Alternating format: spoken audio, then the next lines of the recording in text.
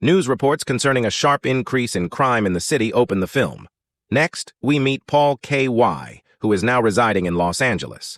He bids his housekeeper Rosario farewell and heads to see news reporter Jerry Nichols, his lover. Carol, who remains in the psychiatric institution from the last movie, is visited by them. Carol is taken for a stroll by them.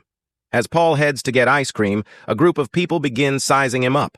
When they run into him, Paul discovers his wallet is gone. He pursues one of the robbers into a narrow passageway. When Javer grabs a knife, Paul quickly disarms him. Paul lets Javer leave after he claims not to have the wallet. Paul comes back to Jerry and Carol and says he thinks he may have forgotten his wallet at home. Jerry departs for a senatorial interview as they go to the shore. In the meanwhile, the other gang members drive up outside in a van after seeing Paul's address on his ID. Unaware of their arrival, Rosario is preparing supper. While another man rings the doorbell under the guise of delivering something for Paul, another man wields a crowbar. Rosario asks him since she is suspicious of him, but all of a sudden the others barged in via the rear door and restrained Rosario. To stop her from shouting, they assault her and gagging her. After he is done, the other men applaud as one of the recently released men attacks her. Rosario is dragged to the bedroom where they alternately hold her. When Paul and Carol get home a few minutes later, the guys appear out of nowhere. Paul is restrained and rendered unconscious with a crowbar. When Rosario attempts to phone the police, a guy strikes her over the head, killing her, and then flees while Carol drags her into a vehicle. Unsure of what to do with Carol, the guys return to their hiding place with her. She has seen their faces, so one guy advises murdering her. Paul's observation of Jiver's face worries him, but Cutter reassures him that white people assume all humans look same. A guy spots a chance and starts undressing a non-responsive Carol has returned home. When Jerry comes back and rings Paul's doorbell, Paul wakes up. When Paul opens the door, they find Rosario's lifeless corpse. After one guy has finished with Carol, another begins getting ready, but Carol abruptly leaves, setting the men on her trail. She leaps through a window, severing her body on the bars made of metal outside. Inspector Manitz arrives to get further information about the perpetrators after the police remove Rosario's corpse. Paul inquires about Carol, but there has been no word from the police. Paul attempts to narrate the events, but before he could identify any faces, he was rendered comatose. The inspector informs Paul that he is doing all he can, knowing that Paul lost his family in New York. During their day out, he offers Paul a glass figurine he purchased for Carol. At that moment, a police officer informs Paul that his daughter has been located, and with his family now gone, he is brought to the morgue to identify the corpse. Paul can't get any sleep. Soon after, Carol's burial is conducted, and Paul sees his daughter go down into the ground. Paul's supervisor requests that he take a break, but he promises to return shortly. To decompress, he withdraws to a cottage in the woods and works as a firewood cutter during the day. A few weeks later, Paul goes back home and resumes his job creating a new structure for his firm. Jerry is designing the new facility for the owner of the radio station where he works, and they have a meeting. Later, he runs into Jerry, who invites him out on a date, but Paul isn't feeling well. Police approach him and want to see any mug pictures, but Paul says he doesn't remember anything. He takes his pistol out of its hiding place, fills it, and moves forward. After parking, Paul wanders throughout the city, glancing at every criminal in an attempt to track down the people who killed his daughter. Later that night, he dons black clothes and travels well into the inner city, renting a hotel room under the guise of Mr. Kimball to serve as his headquarters. Paul goes to lurk that evening, but finds nobody. Jerry unexpectedly wakes Paul up the next morning when he visits his home. When she departs, he covers his pistol before she realizes that it's still out. The next evening, Paul makes a call to a locksmith to get his locks replaced. Paul chooses to make the block spin. He sees Stomper, one of the guys who took his wallet, as he sits by the side of the road. He starts to follow them attentively after seeing them meet with several other males. As the guys enter an abandoned structure, Paul puts on his gloves and is ready to fight. With his revolver out, he walks inside the rat-infested building and sees the guys making a deal.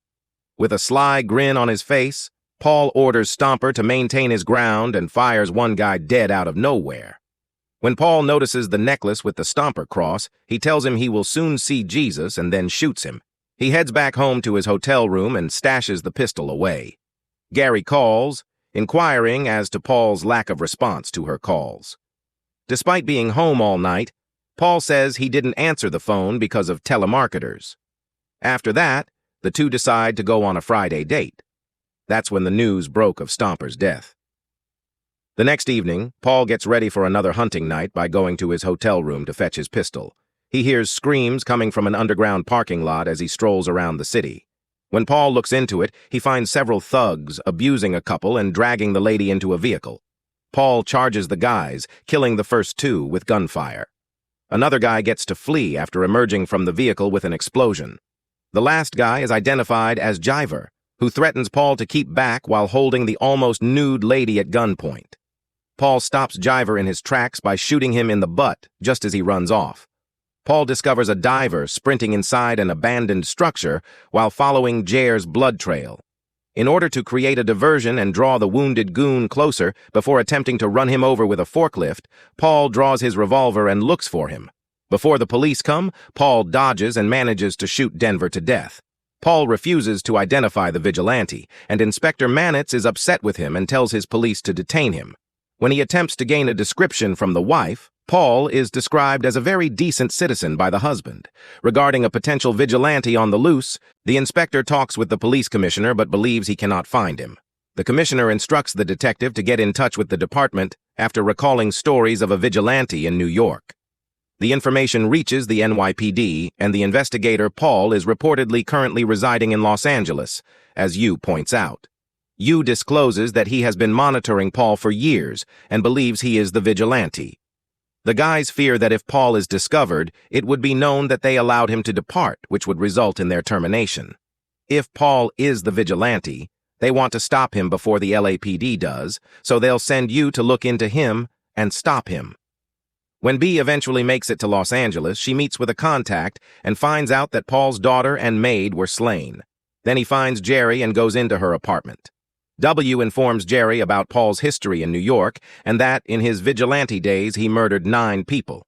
He clarifies that while Paul was commended for his heroism and urged to leave the city, he believes Paul is back in the vigilante business. If she instructs him to stop and leaves Jerry with a lot of questions, he believes Paul may listen to Jerry. Paul tells Jerry that he was just out with a guy buddy when Jerry comes. Jerry informs him about O's visit and the charges, but Paul maintains his innocence and says that if he had been guilty, he would have been arrested. Jerry acknowledges that you did appear a little strange. Then Paul kisses the end of a fantastic story he's told about what occurred in New York. Jerry has total faith in him. The next day, Wah gives a contact a call and requests that he leave his vehicle outside Paul's home. Unaware that Yu is pursuing him, Paul sees the vehicle drive up outside and takes off via a rear entry. Wah observes Paul enter a hotel after following him all the way back to the inner city.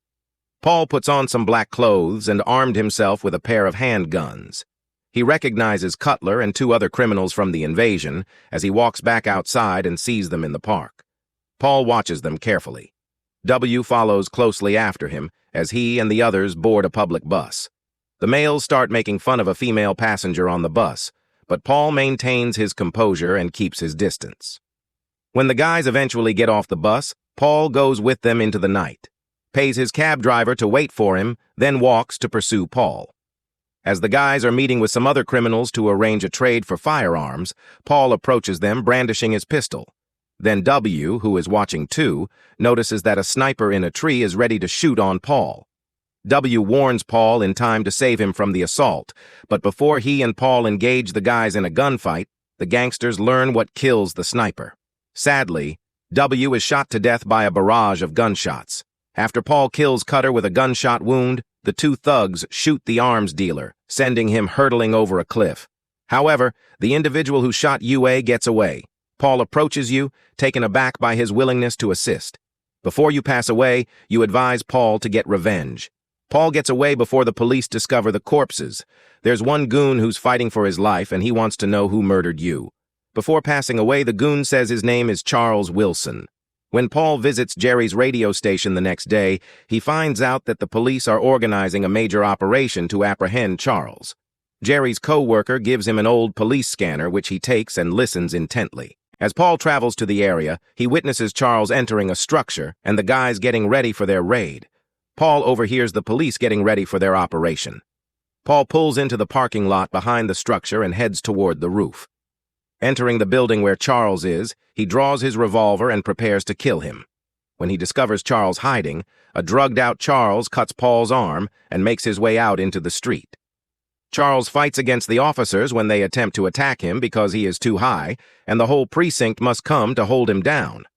Paul gets dressed, tends to his wound at his hotel, and leaves for home. When Jerry gets there, he shows Paul the newspaper article announcing Paul's death and the fact that the assassin has been apprehended. To prepare for their date, she departs. Charles is sent to a mental health facility after the judge at his trial finds him to be mad. Paul chooses to accompany her for the interview since Jerry is researching and writing an article on the physician who treats Charles. While there, Paul requests to use the men's restroom, but enters the doctor's locker room instead. There, he pilfers an ID-containing coat to create a false identity for himself. After that, Paul invites Jerry out on a date and asks her to marry him. She accepts, and they decide to take a trip after the wedding. That evening, Jerry is thrilled as Paul gets ready to carry out his plan. After posing as a doctor and driving to the hospital, he receives instructions to Charles's room. He escorts Charles to his room after persuading an attendant to allow him through. Charles is left alone with Paul by the orderly. Charles disarms Paul before he can draw his revolver. During their altercation, Charles stabs Paul many times with a shank.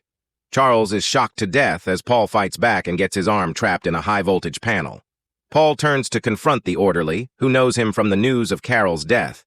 Before sounding the alarm, the orderly gives Paul a 3-minute head start. Paul makes a swift getaway to his lodging to tend to his injuries. Jerry discovers the phony medical ID when he gets to Paul's flat and learns about Charles's passing in the meantime. Paul gets home a little while later after she removes her engagement ring. Paul attends a radio station presentation of his building design many months later. The proprietor extends an invitation to him for a launch party, but queries why Paul never answers calls and is never accessible in the evenings. After saying yes, Paul replies, "What else would I be doing?" Paul then goes back out on the streets at night to go on his murderous rampage. I appreciate you seeing. Remember to subscribe. In the following video, I'll see you.